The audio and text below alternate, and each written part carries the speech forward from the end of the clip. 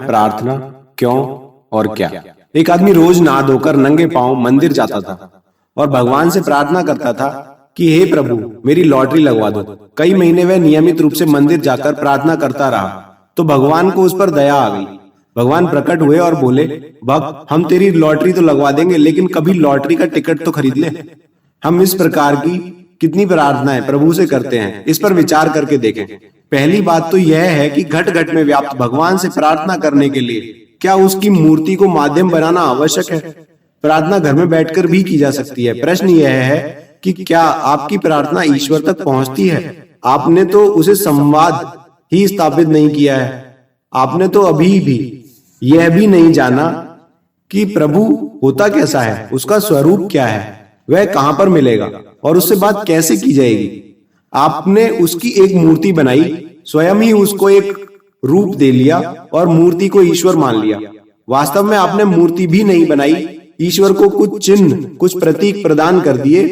किसी भी देवी देवता की 10-20 मूर्तियां एकत्र कीजिए, एक की शक्ल दूसरे से नहीं मिल रही होगी, लेकिन उस देवी देवता के चिन्हों से निर्णय हो जाता है कि मूर्ति किसकी है। तापस वेश में हाथ में धनुष लेकर खड़े हैं तो राम है, हाथ में बांसुरी, सिर पर मोर मुकुट है तो कृष्ण है, शेर के ऊपर अष्टभुजा नारी रूप विराजमान है तो दुर्गा है, गले में सांप, जटाओं में गंगा है तो शिव है, इत्यादि। दूसरी बात यह है कि आप ईश्वर से जो कुछ मांग रहे हैं क्या आप उसके पात्र हैं? मान लीजिए एक आदमी भगवान से मांग रहा है कि उसको देश का राष्ट्रपति बना दो। क्या उस आदमी का राजनीति से कोई लेना देना है? क्या किसी राजनीतिक दल की दृष्टि में वह इतना महत्वपूर्ण है कि उसकी उम्मीदवारी पर विचार किया जा सके? क्या उसके पास इस पद की योग्यता भी है? लेकिन वह पर्चा भर देता है और चुनाव में खड़ा हो जाता है, प्रतिदिन ईश्वर से विजयी होने की प्रार्थना करता है। क्या ईश्वर उसकी प्रार्थना स्वीकार कर लेगा? किसी देश का राष्ट्रपति कौन बनेगा, क्या इसका निर्णय ईश्वर करता है? आप उससे जो कुछ भी मांग रहे हैं पहले उसके औचित्य और अपनी पात्रता पर विचार करें। मांगने का अधिकार आपको है क्योंकि आप प्रभु के भक्त हैं, उसके बंदे हैं। लेकिन आपको यह भी विदित है कि वह बिना मांगे भी सब कुछ देता है। हवा, पानी, धूप, चांदनी, क्या आप उससे मांगते हैं? क्या यह सब बिना मांगे ही नहीं मिल रहा है आपको? कोई आपको भीड़ में रास्ता दे देता है तो आप उसका धन्यवाद करते हैं, थैंक यू बोलते हैं। आपके लिए यह शिष्टाचार है। लेकिन प्रभु ने जो कुछ दे रखा है उसके लिए कभी प्रभु का धन्यवाद किया है आपने? ईश्वर ने आपको मानव शरीर दिया, शरीर के सुख दिए, परिवार दिया, समाज दिया, किसी चीज के लिए उसका शुक्र करते हैं आप? ऐसे नाशुक्रे होकर भी आपको विश्वास है कि ईश्वर आपकी प्रार्थना सुनकर आपका मनवांछित कार्य सिद्ध कर देगा। कुरान कहता है ईश्वर ने मनुष्य को अपना नायब बनाकर संसार में भेजा है। नायब कौन होता है? प्रतिनिधि, सहायक। यदि आप उसके प्रतिनिधि हैं, उसके सहायक हैं, तो उसने आपको कुछ अधिकार भी दे रखे होंगे। गीता ने बता दिया कि कर्म आपका अधिकार है, कर्मण्येवाधिकारस्ते। तो जो कुछ आप प्रभु से मांग रहे हैं, मांगने से पहले अपने अधिकार का प्रयोग क्यों नहीं करते? आप करें अपना कर्म, रत्ती भर भी कमी न रहने दें अपने कर्म में, विजय अवश्य प्राप्त होगी। जीवन की किसी भी आवश्यकता का विश्लेषण करके देखें, असफलता की जड़ में आपके कर्म की कमी मिलेगी।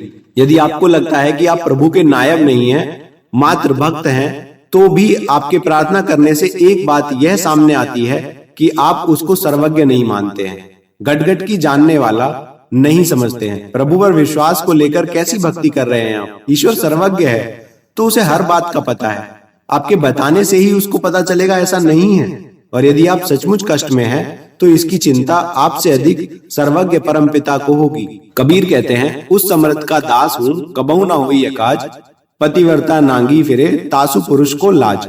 आप भक्त हैं तो आपके मन में यह विश्वास होना चाहिए कि मैं सर्वथा ईश्वर का दास हूं, मेरा अहित, मेरा बुरा नहीं हो सकता। यदि मेरे साथ कुछ बुरा होता है तो उंगली मेरे ईश्वर, मेरे स्वामी पर उठेगी। पतिव्रता स्त्री यदि नंगी घूम रही है तो बदनामी तो उसके पति की ही कि अमुक की पत्नी नंगी घूम रही है, मेरा स्वामी अपनी बदनामी क्यों कराएगा? अतः मेरा अहित हो ही नहीं सकता। यह विश्वास मन में घर कर जाए तो प्रार्थना को औचित्य ही नहीं रहता।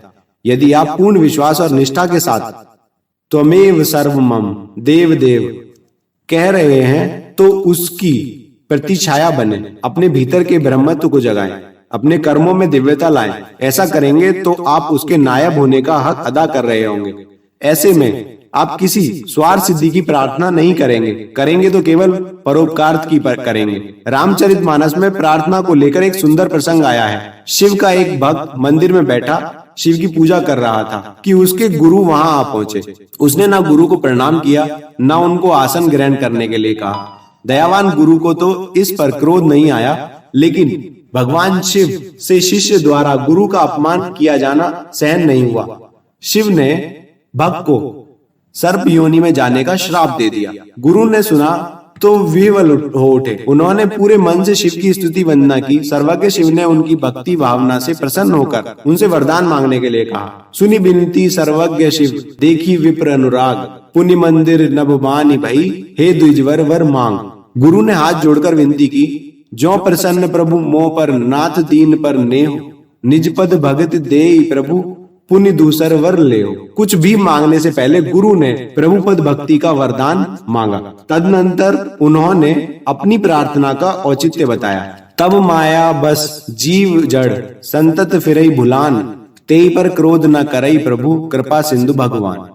कि हे प्रभु, ये सांसारिक लोग जीव हों, जड़ हों, संत हों, सब तेरी माया के कारण भूलें करते हैं। इसमें इनका कोई दोष नहीं है। अतः हे कृपा सागर, इन पर क्रोध ना करें। निष्ठा की अभिव्यक्ति करके तर्कपूर्ण भूमिका बांधकर गुरु ने प्रार्थना की, शंकर दीन दयाल, अब यही पर हो कृपाल, साप अनुग्रह हो जहीं, नाथ थोरही काल। कि हे दीनदयाल, इस व्यक्ति पर कृपा कीजिए। जो श्राप आपने इसको दिया है, थोड़े समय में ही उसको अपने अनुग्रह में बदल दीजिए। इस प्रसंग में 2-3 बातें उभरकर सामने आती हैं। प्रथम यह है कि ईश्वर से कुछ मांगना ही है तो निष्ठा मांगे, श्रद्धा मांगे, उस पर संपूर्ण अडिग विश्वास मांगे। दूसरी यह है कि प्रार्थना निस्वार्थ हो, केवल परोपकार की भावना से की जाए। तीसरी यह है कि प्रार्थना के फलीभूत होने की धैर्य से प्रतीक्षा की जाए। गुरु ने यह नहीं कहा कि तुरंत अपना श्राप वापस लेकर इस पर अनुग्रह कर दें, अपितु थोड़े ही काल में उस पर कृपा करने की विनती की है। मेरा व्यक्तिगत मत यह है कि अव्वल तो प्रभु से कुछ मांगे ही नहीं, उसकी वंदना करें, उसके अनुग्रह के प्रति आभार व्यक्त करें, उसका गुणगान करें। लेकिन अगर कुछ मांगना ही हो तो उपर्युक्त प्रसंग के अनुरूप सर्वप्रथम उसके चरण कमलों के प्रति अनुराग मांगे और परोपकार की भावना के साथ किसी पर उपकार करने की प्रार्थना करें। ऐसी प्रार्थना करें जैसी ऋषियों ने इस मंत्र के द्वारा की है। सर्वे भवन्तु सुखिनः, सर्वे सन्तु निरामया, सर्वे भद्राणि पश्यन्तु, मां कश्चित् दुख भाग भवेत्। हे प्रभु, सब सुखी हों, सब रोग मुक्त हों, सब मंगलमय घटनाओं के साक्षी बने, किसी को दुख का भाजन ना बनना पड़े। यह जैसी प्रार्थना करके गुरुवाणी में सर्बत दा भला अर्थात सारे संसार के भले की प्रार्थना की गई है। यह जैसे कुरान में प्रार्थना की गई है, अल्हम्दुलिल्लाह रब्बिल आलमीन, हिर रहमान रहीमीन, मालिके यौमिद्दीन, इय्याका नअबुदु व इय्याका नस्तईन, इहदिनस सिरातिल मुस्तकीम, सिरातिल जीना अनअमत अलैहिम गैरिल मग़लूबि अलैहिम वलद्दल्लीन। हे समस्त सृष्टि के प्रभु, सारी प्रशंसा तेरे लिए ही है। तू ही अंतिम दिन हमारे कर्मों का निर्णय करने वाला है। हमें सीधी राह दिखा। हमें तो यह भी नहीं पता कि सीधी राह कौन सी है, बस इतनी कृपा कर दे। हमें उस रास्ते पर चला जिस पर चलने वालों से तू प्रसन्न होता है। हमें उस रास्ते पर मत चलने देना जिस पर चलने वाले भटक जाते हैं और तेरे कोप के भाजन बनते हैं। अतः प्रार्थना याचना करने के स्थान पर उसके साथ संपर्क स्थापित करें। एकमात्र माध्यम ध्यान है। ध्यान के द्वारा आत्मज्ञान प्राप्त करके अपनी आत्मा को ब्रह्म तक ले जाया जा सकता है। ब्रह्म से साक्षात्कार हो जाए तो उससे संवाद संभव है। यह अत्यंत दुर्लभ अवसर मिलेगा तो कुछ मांगने को रहेगा ही नहीं। संसार के लोग हजारों भाषाओं में उससे प्रार्थना करते हैं कि लेकिन ब्रह्म की भाषा तो मौन है। उससे बात करने के लिए आपको मौन की भाषा सीखनी होगी। प्रार्थना के स्थान पर अपने अंदर मौन स्थापित करें, भीतर का ब्रह्मत्व जगाएं और विचार शून्य अवस्था को प्राप्त होकर परम पिता से साक्षात्कार का परम आनंद लें।